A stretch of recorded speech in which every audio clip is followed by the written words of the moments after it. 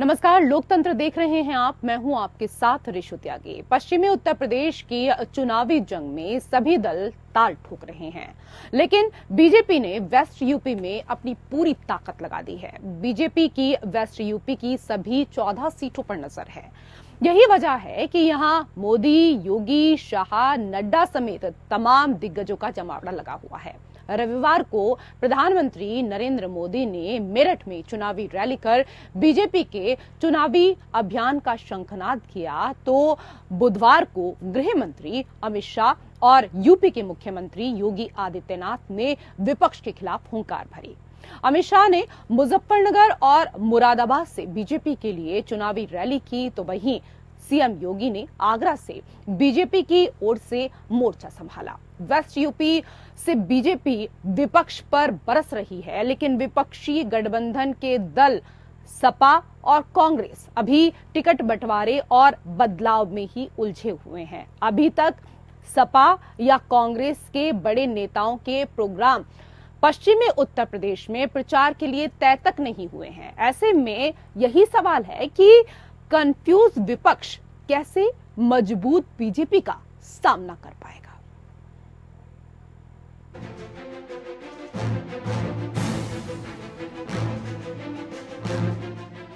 80 सीटों वाली यूपी में पहले फेज में वेस्ट यूपी में चुनाव है। ऐसे में बीजेपी ने वेस्ट यूपी में अपनी पूरी ताकत झोंक दी है। बुधवार को वेस्ट यूपी में बीजेपी के दिग्गजों का जमावड़ा लगा रहा। साथ ही रविवार को मेरठ से पीएम मोदी के चुनावी शंखनाद की गूंज अभी वेस्ट यूपी की फिजाओं में तैर ही रही थी कि अमित शाह ने बुधवार को मुजफ्फरनगर और मुरादाबाद से विपक्ष के खिलाफ हुंकार भर दी। मुजफ्फरनगर के शाहपुर में शाह ने चुनावी रैली कर विपक्ष पर जमकर हमला बोला। अमित शाह ने कहा कि 2017 से यूपी से गुंडे पलायन करने लगे हैं और अब इस बार चुनाव में सपा का सूपड़ा साफ करना है। योगी सरकार ने यहाँ पर गुंडों का आतंक बंद कर यहाँ पलायन रोका है और लोगों को सुरक्षित किया है। और इसके साथ साथ अब निर्दोष नागरिकों की जगह अब उत्तर प्रदेश से गुंडे पलायन करने लगे हैं।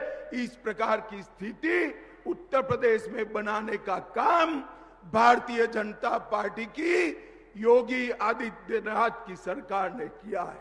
मैं आज इस मंच से समग्र उत्तर प्रदेश की जनता को कहना हूं, 2014 में मोदी जी ने कहा था जिन्होंने भ्रष्टाचार करा है वो जेल में जाएंगे, और 2024 में भी कह रहे हैं जिसने भ्रष्टाचार किया है वो जेल की सलाखों के पीछे चले जाएंगे।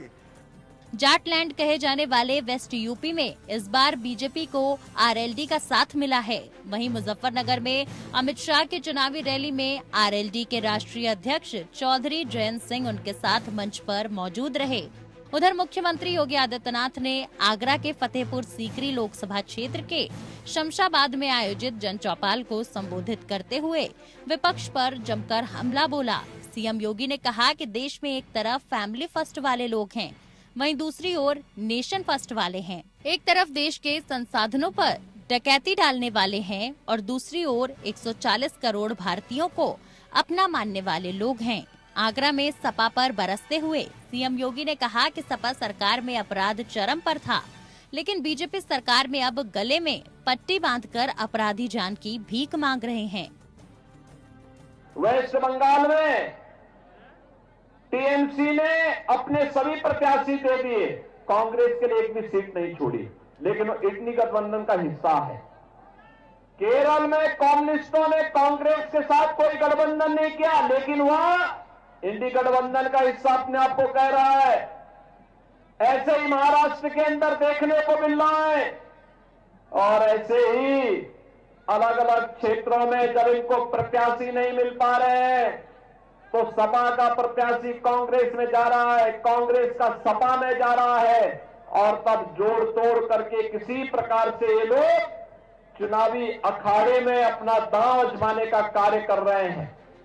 लोकसभा चुनाव में बीजेपी अपने नारे अब की बार 400 पार और यूपी में सभी 80 सीट फतेह करने के लिए पूरी ताकत झोंक दी है।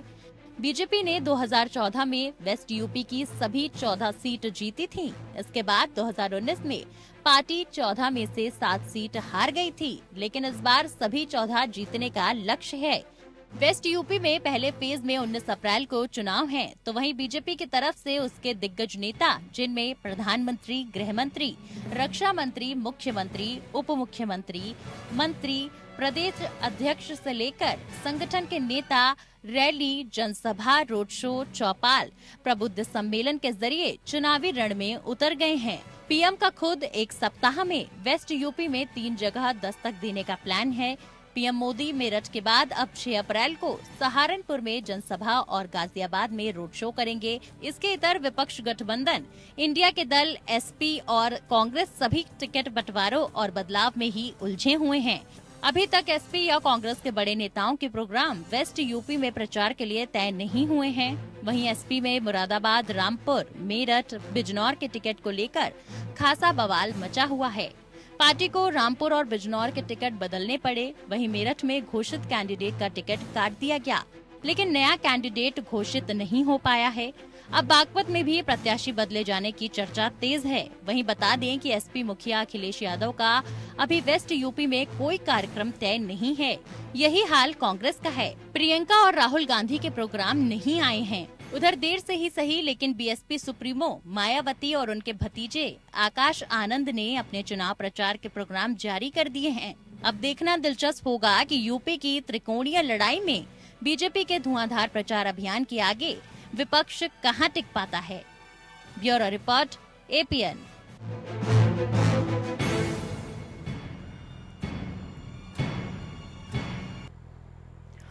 तो मुख्यमंत्री योगी आदित्यनाथ आज फतेहपुर सीकरी पहुंचे। यहां उन्होंने इंडी गठबंधन पर निशाना साधा। तो इस दौरान सीएम ने प्रधानमंत्री मोदी के 10 वर्ष के कार्यकाल का जिक्र कर लोगों से फिर एक बार मोदी सरकार बनाने की अपील की। तो वहीं विपक्षी दलों पर हमला करते हुए कहा कि सपा कांग्रेस को प्रत्याशी तक नहीं मिल रहे हैं। उधर मुजफ्फरनगर में अमित शाह ने जनसभा को संबोधित करते हुए कहा, सपा का सुपड़ा साफ करना है।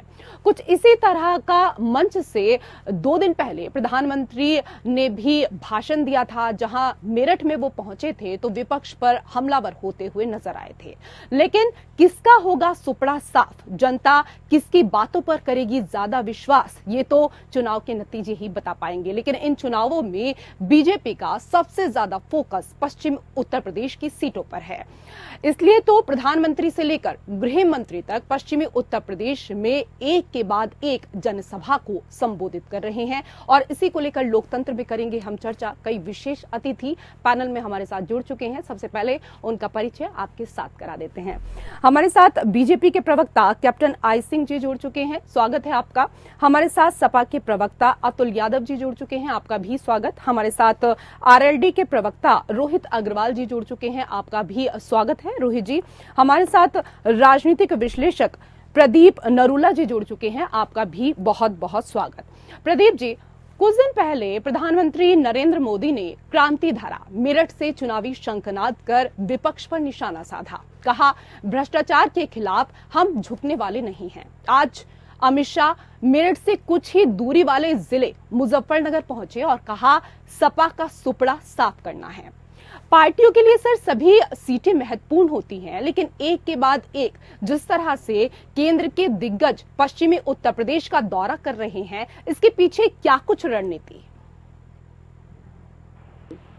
पिछले कुछ वर्षों में हमने बीजेपी की जो राजनीतिक रणनीति वो 2-3 चीजों पर टिकी हुई है। एक तो संगठन की मजबूती, बाकी दलों से बीजेपी कहीं अपर हैंड रखती है संगठन बनाने में, संगठन को चलाने में, संगठन की मजबूती में। उसके अलावा जिस तरह की रणनीति तैयार की जाती है, देखिए एन वक्त पे आप देखिए कि आरएलडी के साथ समझौता हुआ, कहाँ आरएलडी इंडी गठबंधन में टिकटों के बंटवारे को लेकर चर्चा में था और अचानक ये हुआ कि एक पासा पलटा गया, चौधरी चरण सिंह को भारत रत्न देने की घोषणा की।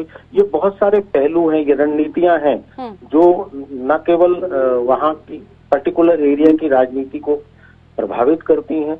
ये एक पूरी रणनीति की तरह काम करती है बीजेपी। और दूसरी तरफ आप देख लीजिए, इंडी गठबंधन के जितने भी घटक हैं, जो भी वो अभी तक भी अभी आपके इसमें भी चल रहा था कि वो अभी तक भी रणनीति बनाने में या एक दूसरे को मनाने में या संपर्क साधने में जुटे हुए हैं। अभी तक वो पूरी तरह से ना तो कोई माहौल क्रिएट कर पाए हैं, ना भी प्रत्याशियों को ठीक रूप से प्रस्तुत कर पाए हैं। तो ऐसी स्थिति में उनके प्रचार अभियान में तो देरी संभव है ही, जो दिखाई भी दे रहा है। तो मेरे ख्याल से ये चीजें, जो कुछ फैक्टर्स हैं, जो रणनीति है बीजेपी की, वो रणनीति उसे इस वक्त, देखिए भविष्य में क्या होगा, सबकी रणनीतियां बदलती रहती हैं, सब अपने तरीके से काम करते रहते हैं। जनता भी उसी तरीके से उसका प्रभाविक इस्तेमाल, अपने वोट का इस्तेमाल करती है। फिलहाल की जो सिनेरियो है उसमें इन रणनीतियों के तहत बीजेपी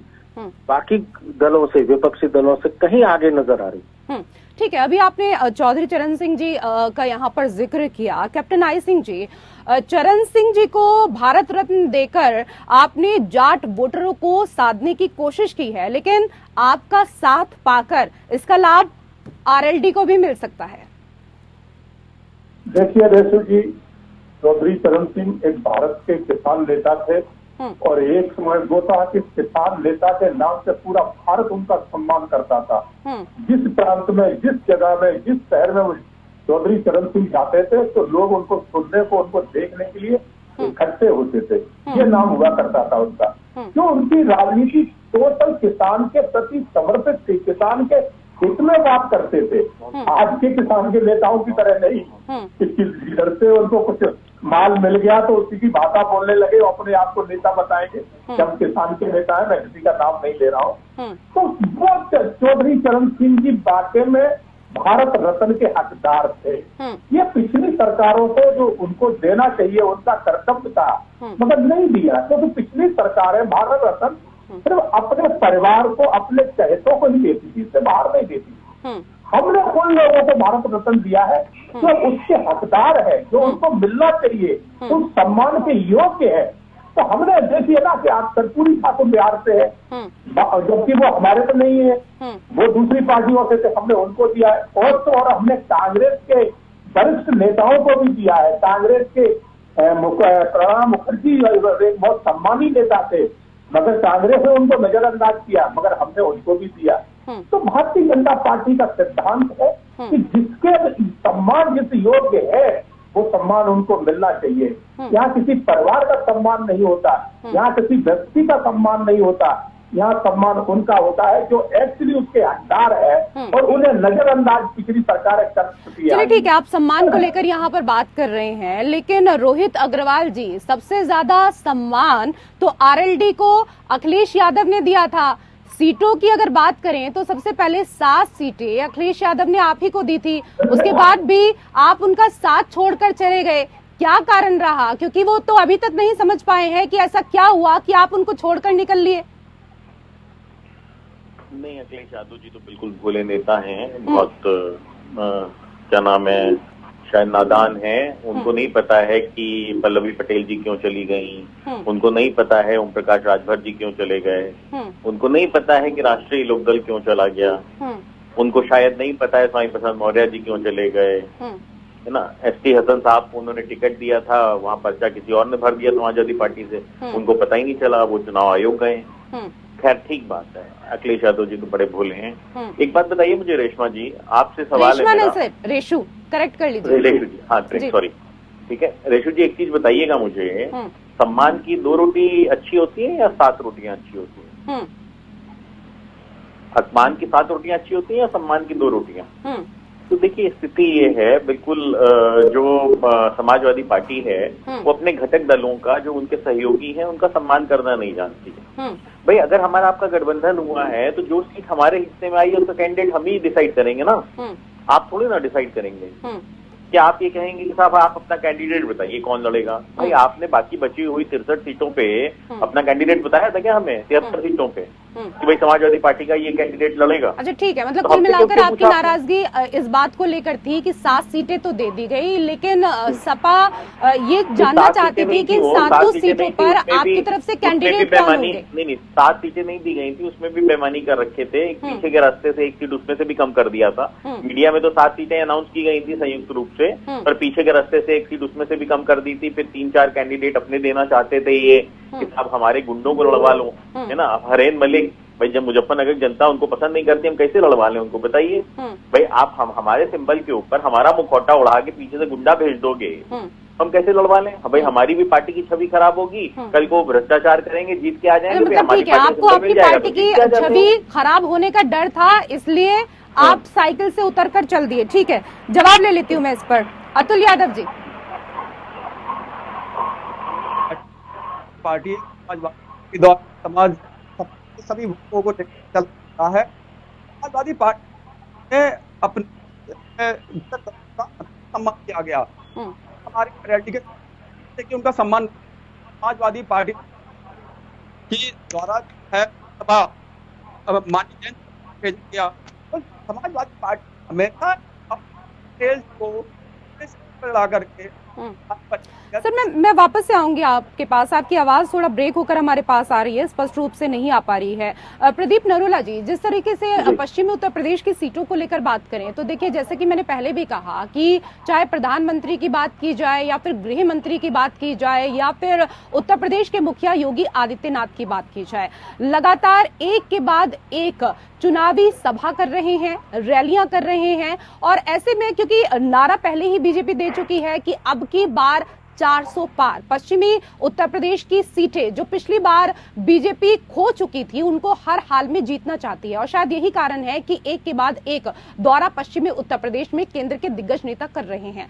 लेकिन विपक्ष को आप कहां देखते हैं? सपा कांग्रेस दोनों साथ मिलकर उत्तर प्रदेश में चुनाव लड़ रही हैं, लेकिन अभी तक तो इनके नेताओं का यही नहीं पता कि रैली कब करेंगे, जनसभा को संबोधित कब करेंगे। देखिए, मैं आपको बताऊं रेशो जी, एक अभी हम जिसका जिक्र कर रहे थे कि रणनीति बनाने में बीजेपी कहीं ना कहीं और दलों से आगे नजर आ रही है। अब आप एक देखिए कि मुख्य यूपी में इंडिया के 2 मुख्य घटक दल हैं, कांग्रेस और सपा। कांग्रेस के जो प्रमुख स्टार प्रचारक हैं, वो राहुल गांधी जी आज वायनाड में अपना पर्चा भर रहे हैं। तो वहां उनका ध्यान, और वायनाड और पश्चिमी उत्तर प्रदेश की दूरी काफी मायनों में बहुत लंबी दूरी है, वो वहां व्यस्त रहेंगे।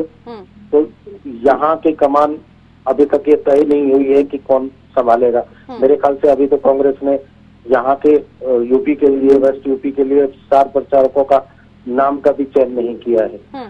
और कमोबेश वही हालत, क्योंकि अचानक आरएलडी का सपा से टूटकर बीजेपी के साथ आ जाना, कारण कुछ भी रहे हों, जैसे हमारे आरएलडी के प्रवक्ता बता रहे हो, मैं उन कारणों पे नहीं जाना चाहूंगा, कारण कुछ भी रहे हों, लेकिन अचानक एक व्यवस्था और स्थिति का परिवर्तन हुआ। उस परिवर्तन को ढालने के लिए अब आजकल चुनाव इतनी लंबे समय के लिए नहीं होते और एक छोटी समय सीमा है, उसके तहत सभी कुछ करना होता है, सभी रणनीति भी तैयार करनी होती है। मैं बार बार यही कह रहा था कि पश्चिमी उत्तर प्रदेश के लिए एक मास्टर स्ट्रोक चला बीजेपी ने, चौधरी चरण सिंह। ठीक है, चौधरी चरण सिंह किसानों के सर्वमान्य नेता थे, उनको हर प्रदेश में पूरा सम्मान था उनका और लोग उन्हें पसंद करते थे, उनकी विचारधारा को पसंद करते थे। लेकिन एक पर्टिकुलर क्षेत्र जहां आरएलडी और उनका बहुत ज्यादा प्रभाव माना जा सकता है, एंड चुनाव से पहले एक मास्टर स्ट्रोक चल दिया गया उन्हें भारत रत्न देके। और आरएलडी ने ये कहकर जो सम्मान की भी बात कर रहे थे, अभी प्रवक्ता जी कह रहे थे कि क्या सम्मान की 2 रोटी अच्छी या अपमान की 7 रोटी, वही इशू को लेकर आज बीजेपी ने धड़ाधड़ प्रचार भी शुरू कर दिया है। तो आज से नहीं किया है सर, आज से नहीं किया। आप देखें ना कि तैयारियां तो बहुत दिन पहले से ही कर ली थी। मैं आज की बात नहीं कर रहा, मैं आज की स्थिति में कर रहा हूँ। 2 बड़ी रैलियां भी हो चुकी, अमित शाह की भी, प्राइम मिनिस्टर मोदी की भी 2 बड़ी रैलियां हो चुकी है। देखिए, हिंदी पट्टी राज्यों में जब बीजेपी को विजय हासिल हुई थी, उसके तुरंत बाद ही लोकसभा चुनाव की तैयारियों में बीजेपी जुट गई थी।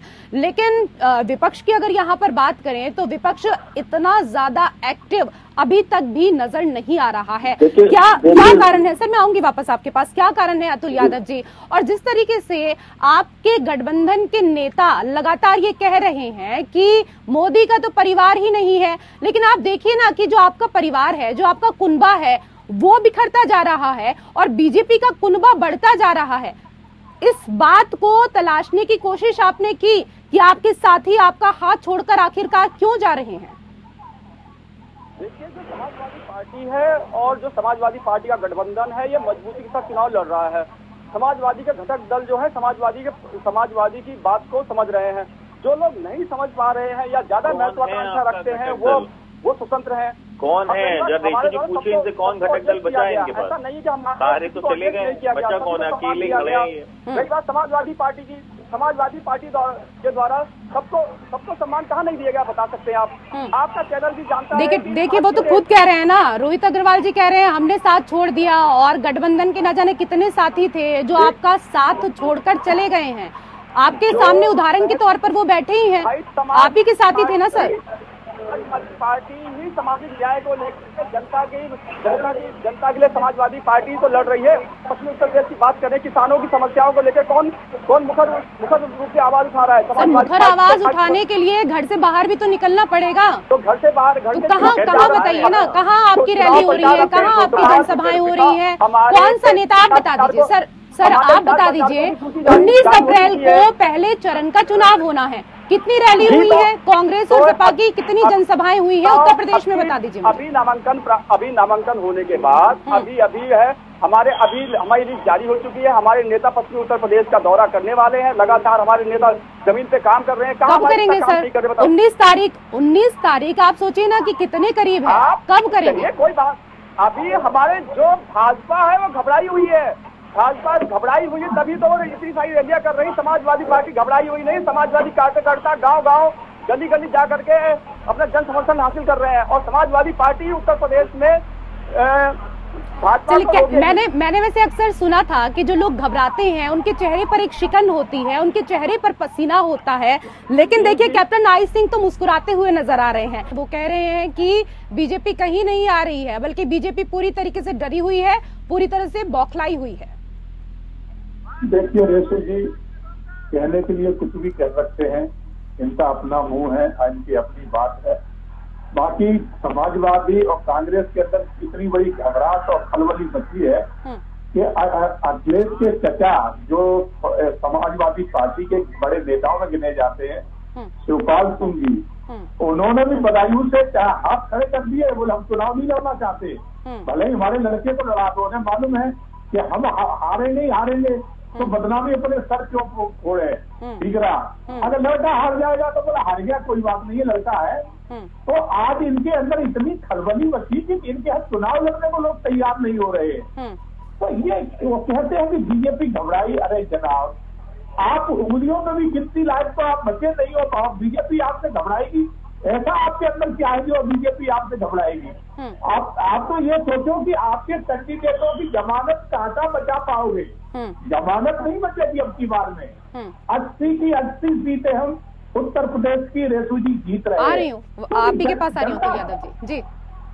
जनता देख रही है हमने जो विकास कार्य किए हैं जनता के बीच में जाके, जनता को जो हमने जनादेश दिया है, जनता ने जो हमें जनादेश दिया और उसके बदले में हमने जनता की जो सेवा की है, जो हमने जनता के इसकी बात करी है, हमने जाके किसी इश्तेहार पार्टी में किसी रोजा में गोल टोपी लगा के बैठ के नहीं बैठे हैं। हमने नारा दिया है कि सबका साथ, सबका विकास और सबका विश्वास। हम सबके साथ चलने वाले हैं, किसी एक जाति धर्म को लेके चलने वाले नहीं है। अखिलेश यादव आजकल देखो गोल टोपी लगा के काफी जगह आपको नजर आ जाएंगे, क्योंकि उन्हें एक दो तो ठीक है ना सर, आपको क्या दिक्कत हो रही है? आप भी तो पूरे चुनाव में देखिए, विधानसभा चुनावों में आपने राम नाम को खूब यहाँ पर बुनाया, अब लोकसभा चुनाव में भी आप राम के ही सहारे हैं।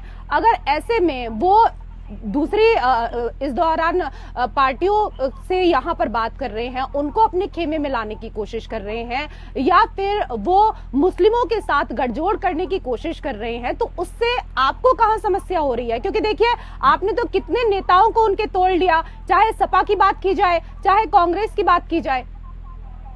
देखिए रेशु जी, हमें किसी से कोई प्रॉब्लम नहीं है। और भाई रही बात राम की, तो प्रभु राम तो इस देश के आस्था है। प्रभु राम, ये भारतवर्ष प्रभु राम से बना है। वो यहाँ के राजा राम कहलाए हैं। कोई ऐसे वैसे नहीं है, उनके कुल ने युगों युगों यहाँ शासन किया है। राम केवल बीजेपी के हैं क्या, ये बता दीजिए। आपने तो ऐसा कर लिया है कि बिल्कुल एकाधिकार हो गया है बीजेपी पार्टी का राम पर, और किसी के नहीं है, राम सिर्फ आपके ही हैं। राम तो हर किसी के आराध्य है ना, फिर आप उनको प्रचार का मुद्दा क्यों बना रहे हैं चुनाव में घूम घूम कर? मैं भी राम की पूजा करती हूँ, अतुल यादव जी भी अपने घर में राम की पूजा करते होंगे, रोहित जी भी करते होंगे, प्रदीप जी भी करते होंगे। क्या हम जगह जगह जाकर बताएं कि हम राम की पूजा करते हैं? आप तो यही कार्य कर रहे हैं कि हमने राम मंदिर बनवाया, हमने बनवाया। सर, जनता के पैसों से राम मंदिर बना है। देखते रेशु जी, बहुत अच्छी बात आपने कही, बहुत अच्छी बात है कि बिल्कुल मैं आऊंगी रोहित अग्रवाल जी, आपको भी मौका दूंगी, उनको कंप्लीट करने दीजिए। राम को मानना भी तो चाहिए। जब भक्त राम का मंदिर बनकर तैयार हुआ और वहाँ बीजेपी का प्रोग्राम नहीं था, वहाँ की समिति का प्रोग्राम था। अरे तो सर, सबकी अपनी अपनी एक आस्था होती है ना। अखिलेश यादव भी शिव का मंदिर बनवा रहे हैं, लेकिन आपकी तरह घूम घूम कर प्रचार नहीं कर रहे हैं, गुणगान नहीं कर रहे हैं कि मैं मंदिर बनवा रहा हूँ। सबकी अपनी आस्था है, वो बनवा रहे हैं, बड़ी अच्छी बात है। लेकिन आप तो घूम घूम कर प्रचार कर रहे हैं ना कि हमने ही बनवाया, हमने ही सब कुछ किया। राम के नाम पर आप लोग वोट मांग रहे हैं। देखिए रेशु जी, यही लोग कहा करते थे कि मंदिर वही बनाएंगे, तारीख नहीं बताएंगे। हमने मंदिर भी वही बना दिया, तारीख भी बता दी। तो हमारे तो राम आस्था रहे, हम तो गुणगान शुरू से कर रहे हैं। हम नहीं कह रहे कि हम राम, ठीक है, मंदिर भी बनवा दिया है, तारीख भी बता दी, और अब राम के नाम पर लोकसभा चुनाव में वोट भी मांगेंगे। ठीक है, क्या कहेंगे अतुल यादव जी? देखिए, धर्म एक आस्था का विषय होता है। समाजवादी पार्टी सभी धर्मों को साथ लेकर चलती है और समाजवादी पार्टी सामाजिक न्याय की बात करती है, सामाजिक न्याय के तहत सभी का आदर सम्मान करती है। और समाजवादी पार्टी ही जो है उत्तर प्रदेश में भारतीय जनता पार्टी का सफाया करने जा रही है। ये जो 2014 में आए थे और 24 में चले जाएंगे। अब इनका कहीं भी जनता परिवर्तन चाहती है। उत्तर प्रदेश में आपने देखा कि भर्ती परीक्षा का क्या हासिल हुआ, अनेकों का क्या हाल हुआ, किसानों की क्या आय दुगनी हो गई, बेरोजगार जो रोजगार की बात कहाँ मिल गया है। और अब आप देखेंगे समाज में जो लोग हैं, महंगाई कितनी चरम पर है। अगर आप कोई गरीब का बच्चा पढ़ना चाहे कि अच्छे स्कूल में, तो क्या स्थिति है, वो पढ़ा पाएगा? किताबें ठीक है, आपकी सारी बातें मान ली। अतुल जी, आप कह रहे हैं कि महंगाई चरम पर है, पेट्रोल के दाम बढ़ गए हैं, तमाम चीजें हो रही हैं, लेकिन ये चीजें आपको कम से कम उठानी तो पड़ेंगी ना, जनता के बीच आना तो पड़ेगा। जिस तरीके से, एक सेकंड सर, जिस तरीके से बीजेपी लगातार अपनी उपलब्धियों का मंच पर बखान कर रही है, अगर आपको लगता है कि बीजेपी ने इतने सालों में कोई कार्य नहीं किया है, तो आप भी कम से कम मंच पर आइए, अपनी आवाज तो उठाइए। आपकी भी आवाज को जनता सुनेगी, लेकिन आप लोग ये कार्य कर ही नहीं रहे हैं। नहीं, हमारे नेता पहुंच रहे हैं, हमारे नेता जो हैं रास्ते में है, अभी पहुंच रहे हैं। नहीं, हमारे नेताओं की आपके समाचार चैनल पर भी हमारी लिस्ट मिली होगी, विचार को होगी। अब ऐसा होता है, अब सबका अपने रैलियों का अपना समय होता है। हमने भी समय तय कर रखा है, चुनाव भी प्रारंभ हुआ है। अभी आप देखते जाइए, जनता सफाया करने जा रही है। अब इस बात की चिंता ना करें, ये सत्ता में नहीं आने वाले हैं। समाजवादी पार्टी, इंडिया गठबंधन की सरकार 4 जून को आप रिजल्ट देखिएगा, समाजवादी पार्टी और इंडिया गठबंधन 80 की 80 सीटों पे जीतेगी। और ये चलिए ठीक है, 4 जून को आपके साथ डिबेट जरूर करेंगे। पार्टी कोई भी जीते, लेकिन डिबेट आपके साथ जरूर करेंगे। और बहुत देर से रोहित अग्रवाल जी, आप कुछ कहना चाह रहे थे? जी देखिए रेशु जी, एक बात बिल्कुल साफ है कि हम भी सेक्युलर हैं। हम भी मानते हैं कि धर्म के नाम पे राजनीति नहीं होनी चाहिए, पर सेक्युलरिज्म का मतलब हिंदुओं को गाली देना नहीं है। सेक्युलरिज्म का मतलब ये नहीं है कि आप किसी एक विशेष धर्म के लोगों को आप गालियां दो, उनकी अवहेलना करो और आप ये कहो कि जब अभी हम सेक्युलर है ना। देखिए, जब आप सेक्युलर होते हैं तो आपको कहीं ना कहीं धर्म से ऊपर उठ के राजनीति करनी होती है, जातियों से ऊपर उठ के राजनीति करनी होती है। आज समाजवादी पार्टी के पास क्या बचा है सिवाय यादवों के? और कोई कुछ बचा है समाजवादी पार्टी के पास? वो भी पूर्ण रूप से यादव नहीं बचे इनके पास, उसमें से भी 20% यादव अन्य दलों को वोट करते हैं। तो ये समाजवादी पार्टी सिर्फ एक विशेष जाति की पार्टी रह गई है, इसके अलावा इनके पास कुछ नहीं। आप देखिए, ठीक है, आप कह रहे हैं कि धर्म से ऊपर उठकर राजनीति करनी चाहिए, तो ये तो आपके सहयोगियों को भी आपको सिखाना चाहिए, उनको भी बताना चाहिए। हमारे सहयोगी का तो नारा ही है सबका साथ सबका विकास। भाई, भारतीय जनता पार्टी ने कब कहा कि मुसलमानों का विकास नहीं होना चाहिए? मुझे बताइए। नहीं, धर्म के नाम पर अगर धर्म की ही आप बात कर रहे हैं कि धर्म से ऊपर उठना चाहिए, तो फिर राम के नाम पर वोट क्यों? अच्छा, राम के नाम पे किसने वोट मांगा, आप ये बताइए। अगर उन्होंने कोई काम किया है, जगह जगह मंच पर जाकर बीजेपी के तमाम दिग्गज नेता राम के नाम पर ही वोट मांग रहे हैं कि हमने मंदिर बनवाया है, हमने मंदिर बनवाया है। हाँ, नहीं, बिल्कुल बनवाया है। भारतीय जनता पार्टी ने के सहयोग से मंदिर बना है, ठीक है, वो करोड़ों सनातनियों के चंदे से मंदिर बना है, पर क्या भारतीय जनता पार्टी की सरकार अगर ना होती तो क्या वो मंदिर बन सकता था? रेशमा जी, एक बार दिल पे हाथ रखिए, करेक्ट करिए प्लीज। सॉरी रेशु जी, दिल पे हाथ रख के एक बार मुझे ईमानदारी से बताइए कि भारतीय जनता पार्टी की सरकार ना होती तो क्या मंदिर बन सकता था? मैं मानता हूँ करोड़ों सनातनियों के चंदे से बना है, भारतीय जनता पार्टी के चंदे से नहीं बना है, भारतीय जनता पार्टी के व्यक्तिगत पैसे से नहीं बना है, पर हज की यात्रा भी हुई है, हज की सब्सिडी भी दी गई है, मौलानाओं को पेंशन भी दी गई है और राम मंदिर भी बनाया गया। सेक्युलरिज्म का मतलब ये नहीं होता है कि आप हिंदुओं को गाली दें तभी सेक्युलरिज्म पूरा होगा। भारतीय अतुल यादव जी, जवाब दे दीजिए। राम मंदिर बीजेपी के अलावा कोई और बनवा ही नहीं सकता था, बीजेपी के कार्यकाल में ही राम मंदिर बन सकता था। राम मंदिर जो है ये माननीय न्यायालय के आदेश से जो निर्णय हुआ उसके आधार पे बना और उसका। चलो जय श्री राम बोलो एक बार, यादव जी एक बार जय श्री राम बोलो, मान लेंगे हम कि माननीय न्यायालय के आदेश में बना भारतीय जनता पार्टी स्कूल। भगवान राम मेरे आराध्य हैं। मैं कहता हूँ एक बार जय श्री राम बोल दो बस। मैं तो कह रहा हूँ आपके आराध्य, मैं तो कह रहा हूँ आप हिंदू धर्म से आते हैं। जय श्री राम एक बार बोल दो। जय श्री राम बोलने में मैडम नहीं सर, ये गलत बात है, ये गलत बात है ना सर। अब ये तो जबरदस्ती वाली बात हुई ना। सबकी अपनी आस्था है, सबकी अपनी श्रद्धा होती है, कोई आपके कहने से थोड़ी ना जय श्री राम बोलेगा। वो तो कह रहे हैं कि भगवान राम उनके नहीं, तो ठीक है ना सर, तो आपके कहने से थोड़ी ना कोई बोलेगा। तो ये तो वो वाली बात हुई ना कि जबरदस्ती बुलवाए, सबकी अपनी आस्था है ना सर, आपके कहने से कोई क्यों बोलेगा? ये क्या मतलब है सर, ये क्या मतलब है, ये कौन सा तरीका है? नहीं, ये गलत बात है। नहीं, ये बिल्कुल गलत बात है, प्रवक्ता की बात नहीं है। जो बात जायज है मैं उसी बात को यहाँ पर रखूंगी। प्रदीप जी, जिस तरीके से राम मंदिर को लेकर बीजेपी लगातार, आपने देखा कि चुनाव प्रचार के दौरान राम को लेकर वोट मांगती हुई नजर आ रही है और विपक्ष पर लगातार इसी बात को लेकर हमलावर है कि ये लोग राम को नहीं मानते हैं, तो क्या इसका फायदा बीजेपी को मिलेगा और विपक्ष को इसका नुकसान हो सकता है इस चुनाव में? देखिए रेशु जी, मैं पहले भी बता चुका हूँ कि बीजेपी परिस्थितियों को भुनाना वर्तमान तरीके से जान रही है। आप तो राम के मंदिर की को भुनाने की बात कर रहे हैं, चुनाव में बार बार जिक्र कर रहे हैं। आप ये देखिए ना, आपके पश्चिमी उत्तर प्रदेश में ही राम का चरित्र निभाने वाले अरुण गोयल को उन्होंने मेरठ से उतारा है।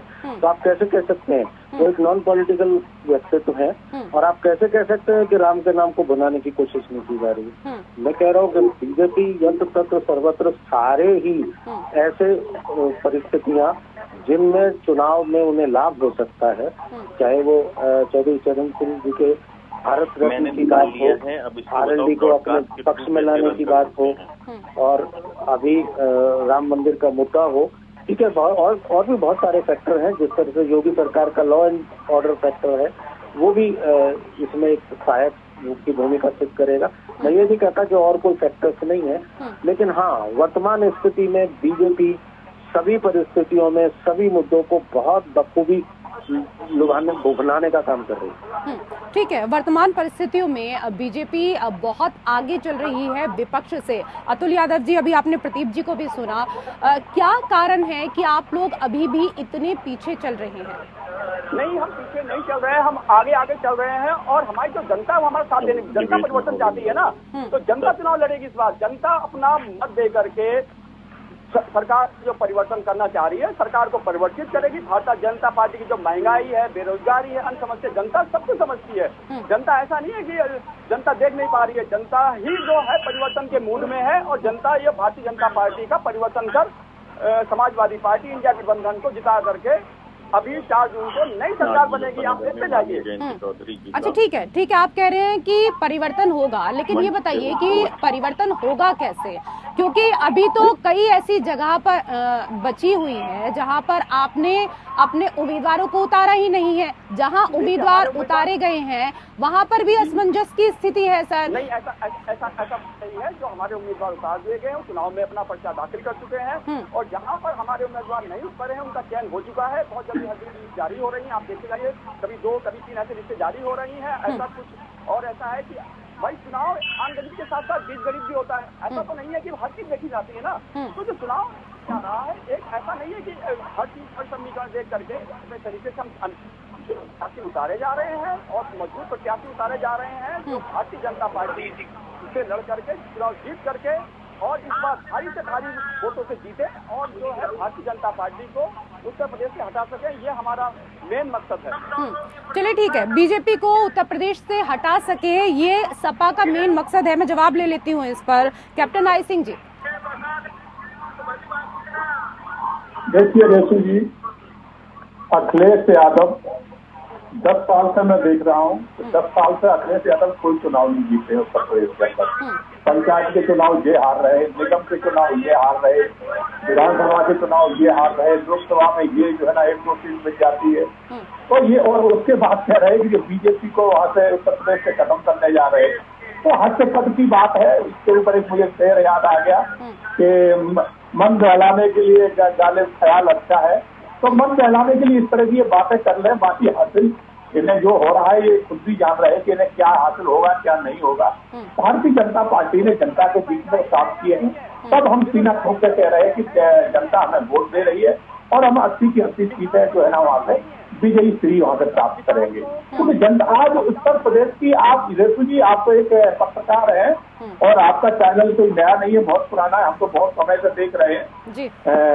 हमें भी खैर प्रवक्ता में आज आके 10 साल हो गए, मगर हम आपके चैनल को उससे भी पहले देख रहे हैं। तो ये चीज तो आप लोग भी जानते हैं कि भारतीय जनता पार्टी को आज जन जन उत्तर प्रदेश में सराहना कर रहा है। और सबसे बड़ी बात कह रहा है कि भारतीय जनता पार्टी ने जो आज उत्तर प्रदेश में किया है शायद कोई पार्टी ना पहले कर सकती थी, ना आगे कोई करने की उम्मीद थी। जिस तरह से उत्तर प्रदेश में आपने देखा हो कि लॉ एंड ऑर्डर कितना खराब था कि वहाँ गुंडे सरेआम बंदूकें लेके निकलते थे। ये मुख्तार अंसारी जिसका अभी देहांत हुआ है हार्ट अटैक से, इसके लिए मुलायम सिंह के शासनकाल में जेल में मछली अगर वो ताजा खाता था तो मछली के तालाब बनवाए गए थे। देखिए जिस तरह से पाला जाता था इन माफियाओं को। उसके साथ उत्तर प्रदेश के डीएम उसके साथ रॉकेट खेलने जाते थे उसके अंदर बैडमिंटन, वो शौकीन था बैडमिंटन का। तो आप सोचिए मुख्यमंत्री के आदेश डीएम को थे कि आप उसका दिल बहलाने के लिए जेल में जाइए और उसके साथ बैडमिंटन खेलिए। कैसा है मुख्यमंत्री थी, कैसी है सरकार थी, फर्क नहीं आते। तो दिल्लू बटकाने में डूब के मरना चाहिए कि ऐसे गुंडे माफियों को पाल के इन्होंने पूरे उत्तर प्रदेश को नर्क बना दिया था। ठीक है अतुल जी, जिस बात को कह रहे हैं कैप्टन आई सिंह जी, आज अपने भाषण में जब जनसभा को संबोधित कर रहे थे योगी आदित्यनाथ, तो वो भी इसी बात को कह रहे थे और वो भी कह रहे थे कि सपा के कार्यकाल में अगर कुछ हुआ है तो सिर्फ गुंडों को, अपराधियों को संरक्षण मिलने का काम हुआ है। किया जाता है, अगर समाजवादी पार्टी के द्वारा कोई धरना प्रदर्शन किया जाता है तो क्या इसे गुंडागर्दी कहा जाएगा? कौन पार्टी? समाजवादी पार्टी संघर्षों की पार्टी है। समाजवादी पार्टी सामाजिक न्याय को लेकर चलने वाली पार्टी है। समाजवादी पार्टी के द्वारा जो बेरोजगारों के लिए लड़ा जा रहा है, ये सब क्या है कि विपक्ष जो है जो विपक्ष के द्वारा ही जो है वो सारा अपने संघर्षों को गिनाया जा रहा है। जो संघर्ष नहीं कर पाते हैं वो छोड़ के चले जाते हैं। संघर्ष कौन कर रहा है? समाजवादी पार्टी कर रही है। समाजवादी पार्टी जो है चुनाव जीतते जा रही है और हम चुनाव जीतेंगे और आप 4 जून को देखते जाइए। अच्छा ठीक है, मतलब आपका रोहित अग्रवाल जी को लेकर यहाँ पर ये कहना है कि जो संघर्ष नहीं करते हैं ऐसे आरएलडी के लोग साथ छोड़कर चले जाते हैं। रोहित जी, आरएलडी वाले संघर्ष नहीं कर पाए इसलिए साथ छोड़कर चले गए। संघर्ष कर रहे, हम समाजवादी पार्टी संघर्षों की पार्टी है। संघर्ष कर जो भारतीय जनता पार्टी, मैं जवाब ले लेती हूँ, जवाब ले लेती हूँ। रोहित जी देखिए, एक बात बिल्कुल साफ है कि समाजवादी पार्टी के प्रवक्ता ने अभी अपना चरित्र दिखा दिया। मुझे लगता है इस डिबेट के बाद अगर इनके परिवार वाले भी डिबेट देख रहे होंगे तो इनसे सवाल पूछेंगे कि इतनी क्या गुलामी की मानसिकता हो गई कि हिंदू होके भगवान श्री राम का नाम लेने से तुम भाग रहे हो। इतनी क्या गुलामी की मानसिकता हो गई कि मुसलमानों का वोट तो चाहिए पर मुसलमानों को बगल में नहीं बैठा सकते। एसटी हसन साहब को टिकट देते हो, उसके बाद उनकी मीरा को टिकट दे देते हो, रामपुर में आजम खान साहब के लिए आवाज नहीं उठा पाते हो। इतनी क्या मजबूरी हो गई कि सत्ता की लालसा में, अखिलेश यादव की गुलामी में इतना गिर गए आप कि आज आप देश के लिए सत्य बोलने में, स्टैंड लेने में आप पीछे हट रहे हो। तो ये तो इनके परिवार वाले इनसे पूछेंगे, तो इससे ज्यादा मैं आपको क्या कह सकता हूँ। तो हमको और आपको ये समझना पड़ेगा कहीं ना कहीं रेशु जी कि जिस तरीके से समाजवादी पार्टी वाले देश के अंदर ये विघटन की राजनीति करना चाहते हैं, ये द्वेष की राजनीति करना चाहते हैं, ये दिखाता है कि समाजवादी पार्टी अब खत्म हो चुकी है। और मैं आपको आश्वस्त करता हूँ कि उत्तर प्रदेश में 80 की 80 सीटें एनडीए गठबंधन जीतने जा रहा है और समाजवादी पार्टी एक भी सीट जीत के नहीं आएगी। इस बार उत्तर प्रदेश इनका टुकड़ा साफ होने आ रहा है। 2019 में बसपा और सपा का और राष्ट्रीय लोकदल का जो गठबंधन हुआ था उससे बड़ा गठबंधन नहीं हो सकता। आज कांग्रेस के साथ ये मैदान में उतर रहे हैं। कांग्रेस खत्म हो चुकी है, हम आप अच्छी तरीके से जानते हैं। तब ऐसी स्थिति में समाजवादी पार्टी का सफाया निश्चित है और जनता भी खुद कह रही है, इनका चरित्र देख चुकी है कि अब समाजवादी पार्टी को वोट जनता देने जा रही नहीं। ठीक है अतुल यादव जी, रोहित अग्रवाल जी कह रहे हैं कि इस बार चुनावों में आपका खाता भी नहीं खुलने वाला है। और एक और सवाल, क्योंकि राहुल गांधी ने केरल के वायनाड से नामांकन कर दिया है, जबकि अमेठी गांधी परिवार का गढ़ माना जाता है। बीजेपी के तमाम दिग्गज नेता तंज कस रहे हैं कि कांग्रेस डर गई है। आपके गठबंधन के साथी हैं, क्या कहेंगे? मैं उनकी तरफ से कहना चाहूंगा, देखो गठबंधन जो है वो हमारा अच्छा है। वो कांग्रेस अलग एक गलत हमारी सहयोगी पार्टी है। वो अपना कैंडिडेट तय कर रहे हैं, वहाँ चुनाव बाद में है, कैंडिडेट तय हो चुका है और सब कुछ वो अब ऐसा मीडिया में जल्दी उसको बता दिया जाएगा। वो अपना डिक्लेयर करेंगे कैंडिडेट। रही बात हमारी बात, समाजवादी पार्टी जो है वो उत्तर प्रदेश की बात करता हूं मैं। उत्तर प्रदेश में, पश्चिमी उत्तर प्रदेश में चुनाव प्रारंभ है। प्रथम चरण में आप देखते जाना, समाजवादी पार्टी ही जो है संघर्षों की पार्टी है। जो संघर्षों से डर गए वो कहाँ गए आप देख सकते हैं। समाजवादी पार्टी संघर्षों से कभी नहीं डरी और समाजवादी पार्टी किसानों की, नौजवानों की सब संघर्ष करके बनी हुई पार्टी है। और ये संघर्ष करके ही सत्ता में हमेशा कई बार सत्ता में हम आए। ऐसा नहीं कि सत्ता और सत्ता में अखिलेश यादव को कितना संघर्ष करना पड़ा सर? क्यों नहीं अखिलेश यादव जी सब नहीं, कहाँ संघर्ष नहीं किया उन्होंने, बता दीजिए। अगर वो मुलायम सिंह यादव के बेटे ना होते तो क्या इतनी आसानी से वो सत्ता में आ जाते? ईमानदारी से बताइए। देखिए मैम आप बताइए, हमारे माननीय राष्ट्रीय अध्यक्ष जो वर्तमान में आप देखते जाइए, वो संगठन संगठनों के राष्ट्रीय प्रभारी रहे, वो उत्तर प्रदेश के प्रदेश अध्यक्ष रहे। जब उन्होंने सत्ता मतलब वो राजनीति में आए तो उन्होंने संघर्षों को ही दिया है। ऐसा नहीं है कि उन्होंने संघर्षों को नहीं दिया, और संघर्षों को में आए तभी वो स्थापित नेता बने हैं। ऐसे नेता नहीं बन गए। सर 2-4 संघर्ष गिना दीजिए जरा, जनता को भी पता चले कि कितना संघर्ष किया अखिलेश यादव ने सत्ता में आने के लिए। इतनी बड़ी पार्टी के राष्ट्रीय अध्यक्ष होते। अरे सर 2-4 संघर्ष बता दीजिए ना, बता दीजिए क्या कुछ किया, कितने संघर्ष किए। कम से कम अच्छा है ना, लोकसभा चुनाव में संघर्षों का पता चल जाएगा तो सपा को कुछ सीटें मिल जाएं। भाई हमने साइकिल यात्रा निकाली, हमने रथ यात्रा निकाली, हमारे राष्ट्रीय अध्यक्ष जी के द्वारा कौन सा कार्य नहीं किया गया। जनता के बीच में हमेशा रहते हैं, सबसे दुख में सम्मिलित होते हैं। हमारे द्वारा जो संघर्ष किया गया उसी के बल पर हम समाजवादी पार्टी में आज वो हमारे राष्ट्रीय अध्यक्ष हैं। अखिलेश जी को धूप तो नहीं लग गई थी साइकिल यात्रा में, मस्जिद की साइकिल थी। लेकिन अब तो बीजेपी कह रही है कि साइकिल पूरी तरीके से पंचर हो चुकी है। जो साइकिल है यही कामयाब है, और जो मतलब आप देखते जाइएगा कि जो संघर्षों से डर गए वो अब क्या करेंगे। संघर्षों से कौन डरा है, आप तो समझ सकते हैं, नाम नहीं ले रहा हूँ। समाजवादी पार्टी गठबंधन जो है वही लड़ रहा है इस समय उत्तर प्रदेश में। किससे लड़ रहा है? समाजवादी पार्टी तो लड़ रही है ना, दीवार से लड़ रहा है, दीवार से छोड़ के कौन गया है? हमारे दीवार से लड़ रहा है, दीवार दलों का जो हमारे साथ थे उनका सभी का सम्मान किया गया और हमेशा सम्मान किया गया है। क्या सम्मान नहीं किया गया बता सकते हैं आप?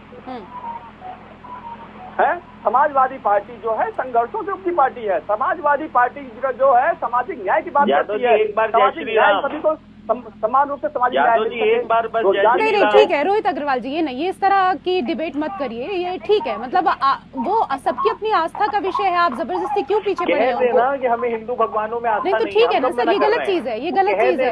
नहीं ये बहुत गलत चीज है। वो आपके कहने से थोड़ी ना जय श्री राम बोलेंगे, क्यों बोलेंगे आपके कहने से? बोल रहे हैं नहीं तो सर उनके मन में जब भगवान का उनको गुणगान करना होगा तो वो करेंगे। आपको बता के थोड़ी ना वो ईश्वर का गुणगान करेंगे या आपको दिखाने के लिए ईश्वर का गुणगान करेंगे, ये बहुत गलत चीज है। नहीं सर, हम लोग इसके बिल्कुल फेवर में नहीं है। नहीं अब खुद की बारी आई तो आप कह रहे हो नहीं बिल्कुल गलत चीज है सर। मैं निवेदन करूंगी आपसे कि बार बार इस तरह रिपीट मत करिए, एक ही बात को रिपीट मत करिए, ये सही नहीं है। ठीक है कैप्टन आई सिंह जी, पश्चिमी उत्तर प्रदेश में क्योंकि पिछली बार की अगर बात करें तो कई ऐसी सीटें हैं जो आप हार गए थे और इन्हीं सीटों पर इस बार आपका ज्यादा फोकस है। ऐसे में आरएलडी का साथ भी आपको मिला है और पश्चिमी उत्तर प्रदेश में जाटों की संख्या काफी ज्यादा है। क्या आपको लगता है कि इस बार आप सभी सीटों पर जीत हासिल कर पाएंगे, वो सीटें जो पिछले लोकसभा चुनाव में आप हार गए थे? निश्चित तौर पर रेशु जी, भारतीय जनता पार्टी अगर कोई गलती होती है तो गलती से हम बिल्कुल सीखते हैं। हम ये नहीं कहते हमने कोई गलती नहीं की है, हम उसके ऊपर पुनः विचार करते हैं और उससे हम सीखते हैं। तो जहां भी हमारी पिछली बार कोई कमजोरियां रही है हमने उनको दुरुस्त किया है 5 साल के अंदर, और उनको किस तरह से उन सीटों को हम भारी मतों से हासिल कर पाएंगे तो हमने अपनी रणनीति बनाई है और उसी रणनीति पे हम आज चल रहे हैं। तो इसलिए आज वो सीटें जो कोई एक आध रह गई थी उनको भी हम बहुत भारी मतों से अगली बार जीतने जा रहे हैं। और हमारे साथ जो गठबंधन है चौधरी माननीय चौधरी चरण सिंह जी का बहुत अच्छा गठबंधन है और वाकई में उनका जो है ना पश्चिमी उत्तर प्रदेश में अच्छा उनका अपना एक नाम है। और चौधरी जी का तो नाम जो आप हमने बताया कि पूरे देश में था, उनका तो बताने की जरूरत ही नहीं है। कहते हैं कि सूरज को कभी दीपक नहीं दिखाया जाता, तो ऐसे चौधरी जी रह चुके हैं। तो बहुत आरएलडी हमारे साथ बहुत अच्छा सहयोगी है हमारे, और हम उनके साथ बिल्कुल चल रहे हैं और दोनों ही मिलकर पश्चिमी क्षेत्र में जो भी सीटें जो रह गई थी उनसे हम बहुत अच्छा अपने प्रदर्शन करेंगे और दोनों मिलकर यहाँ जो है ना गठबंधन वो सीटें एक सीट को हम जीत के हासिल करेंगे। अभी रही बात जो जैसे राम की और आस्था की समय का अभाव है, संक्षेप में बाकी लोगों से भी चर्चा करनी है मुझे। 2 सेकंड होगा, 2 सेकंड। उत्तर प्रदेश के मुख्यमंत्री अखिलेश जी 5 साल रहे। मैं एक ही बात जानना चाहूंगा, क्या कभी 2 रुपए के बताते प्रभु राम के मंदिर में चढ़ाने गए? ये बता दें बस हम। ठीक है अतुल यादव जी। माननीय राष्ट्रीय अध्यक्ष जी अभी उत्तराखंड आए थे, देवप्रयाग में उन्होंने मतलब देवप्रयाग गए थे कि नहीं गए थे? 24 अक्टूबर की मतलब 24 अक्टूबर के आसपास। अरे लखनऊ से अयोध्या तो पास में थी, राम मंदिर के दर्शन कर आते 5 साल में एक बार भी नहीं गए, 5 साल में एक बार भी नहीं गए, सिंगल बार भी। और ये देश देखता है कि जब आप राम से नहीं हो सकते तो देश भी आपका नहीं है, इसलिए तो आप जो है ना। चलिए ठीक है, मेरा अंतिम सवाल है प्रदीप नरूला जी। प्रदीप जी, पश्चिमी उत्तर प्रदेश में जाट वोट बहुत हद तक चेहरे से जुड़ा है, लेकिन जाट समझौते को स्वीकार नहीं करते हैं। चरण सिंह जी को भारत रत्न मिला तो वो यहाँ पर जाट काफी बीजेपी से तो खुश नजर आ रहे हैं, लेकिन कुछ जाट ऐसे भी हैं जो बीजेपी के साथ मिलकर लड़ने वाले स्टैंड से नाराज भी नजर आ रहे हैं। देखिए विशु जाकी जी, मैं आपको एक बात बता दूं कि परिस्थितियां जो होती हैं वो कई बार स्वतः ही डिसीजन मेकर हो जाती हैं। आप ये बात ठीक है कि पश्चिमी उत्तर प्रदेश में जाट बाहुल क्षेत्र है और जाट डिसाइडर फैक्टर होता है, हार जीत निश्चित करता है हमेशा से ही। और इसमें आरएलडी का बीजेपी के साथ होना एक बहुत बड़ा फैक्टर साबित होगा। मेरा मानना ये है, मेरी व्यक्तिगत राय है या मेरे विचार हैं कि आने वाले समय में देखिए, आप जिस तरह से सपा के प्रवक्ता बार बार कह रहे थे कि जनता चुनाव लड़ेगी, कभी वो कहते हैं जनता चुनाव लड़ेगी, कभी कहते हैं हमारे नेता आ रहे हैं। देखिए मान्यवर, अगर स्थितियां आपके माफिक बहुत अच्छी होती तो खुद ब खुद अब तक बहुत कुछ हो गया होता, जिस तरह से दूसरे दलों के साथ हो रहा है। तो मेरा मानना ये है कि वर्तमान स्थिति में देखिए, अभी लगभग 15-16 दिन बाकी हैं।